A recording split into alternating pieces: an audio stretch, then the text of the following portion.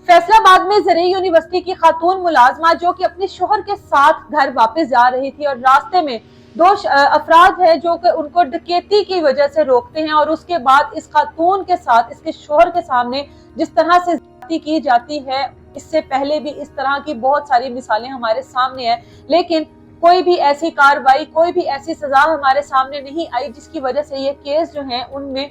कमी आती। अब ये जो खातून है ये मुलाजमा है यूनिवर्सिटी में और अपने शोहर के साथ वापस जा रही थी, मोटरवे के करीब से गुजर रही थी कि दो अफराद असले के जोर पर इन दोनों को रोकते हैं। सबसे पहले तो ऐसा ही महसूस हो रहा होगा कि शायद डकैती है, डकैती के दौरान जो भी मोबाइल फोन लिया जाता है, कैश लिया जाता है, वही हुआ। और उसके बाद जब इनकी नजर इसकी बीवी पर पड़ती है तो इन दोनों को पास मौजूद खेतों में ले जाया जाता है। शोहर की शलवार से नाड़ा निकालकर उसके साथ उसके बाजू और टांगों को बांध दिया जाता है और उसके सामने दूसरे खेतों में उसकी बीवी को ले जाया जाता है और उसकी बीवी के साथ की जाती है दोनों की जानिब से। अब बीवी की जो बेबसी है, बीवी की जो चीखो पुकार है, वो उसका शोहर सुन रहा है, लेकिन बेबसी का आलम है, कुछ नहीं कर सकता, असले का जोर है। और उसके बाद दोनों हाथों पैरों को उसके बांधा गया और वो बेबसी से अपनी बीवी की चीखो पुकार सुन रहा है और उस अजियत में वो वक्त गुजार रहा है कि मेरी बीवी इस टाइम किस तकलीफ से और किस अजियत से गुजर रही है। अब ये दोनों अफराद जो हैं उसकी बीवी के साथ करते हैं, उसके बाद अपनी हवस पूरी कर लेने के बाद अपने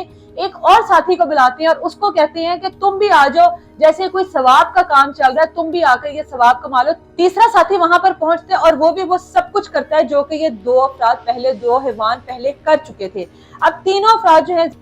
करने के बाद वहां से फरार हो जाते हैं। अब ये दोनों मियाँ बीवी उसी बेबसी और अजियत के आलम में रात गुजारते हैं और अगले दिन पुलिस स्टेशन पहुंचते हैं और जाके सारा मामला जो है वो पुलिस के सामने रखते हैं कि रात हमारे साथ ये सब कुछ हुआ है। पुलिस जो है इस वाक्य का नोटिस लेती है। वजीर आला पंजाब मरियम नवाज जो है वो इस वाक्य का नोटिस लेती हैं और कहती हैं कि फौरी तौर पर मुल्जिमान जो है वो सलाखों के पीछे होने चाहिए। जाहिर है जब इस मामले का नोटिस लिया गया तो पुलिस ने जो है अपना जो किरदार है वो यहाँ पर दिखाया और जब पुलिस कुछ करना चाहे तो वो कुछ घंटों में ही सब कुछ कर लेती है और जब कुछ ना करना चाहे पुलिस तो ये एक रवायत है कि कई साल गुजरने के बाद भी पुलिस कुछ नहीं करती। इससे पहले भी अगर आज से कुछ साल पहले देखें तो मोटरवे, सियालकोट मोटरवे पर भी एक इसी तरह का वाकया हुआ था जहां पर खातून जो है उसको उसके बच्चों के सामने जाति का निशाना बनाया गया था और उसके बाद भी वो केस भी बहुत ज्यादा हाईलाइट हुआ था। इतनी बड़ी मोटरवेज, इतने बड़े रोड्स बना दिए, लेकिन वहां पर खवातीन के साथ जो सिक्योरिटी के इंतजाम होने चाहिए कि रात गए अगर कोई खातून सफर कर रही है तो उसके लिए सिक्योरिटी के क्या इंतजाम होने चाहिए,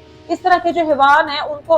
उनसे खवातीन को किस तरह से बचाना चाहिए, उसके लिए कोई इकदाम नहीं किया गया। अगर किया गया होता तो इस तरह का वाकया दोबारा सामने ना आता जो कि आज से कुछ साल पहले भी सामने आया। तो शोहर की बेबसी को जरा सामने लेकर आइए कि जो अपने कानों से अपनी बीवी की चीखों पुकार सुनता रहा, जिसने अपनी बीवी को खेतों में उस बरहना हालत में देखा होगा और बेबस अपनी बीवी को नहीं बचा सका। अब इन मुल्जिमान को क्या सजा मिलती है, क्या इनके खिलाफ कार्रवाई होती है, वो देखना बाकी है क्योंकि इस वाकये का सबसे सख्त नोटिस लिया गया है। तो देखते हैं कि इन दोनों को क्या सजा मिलती है और क्या इनके साथ सलूक किया जाता है। सलूक तो इन दोनों के साथ ऐसा ही करना चाहिए कि उन्हीं खेतों में ले जाकर इन तीनों को लटका देना चाहिए, क्योंकि जिन बाबरकत रातों में इन्होंने ये सब कुछ किया, एक शैतान ये सब कुछ कर सकता है, एक इंसान ये सब कुछ नहीं कर सकता। इजाजत दे मुझे, अल्लाह हाफ़िज़।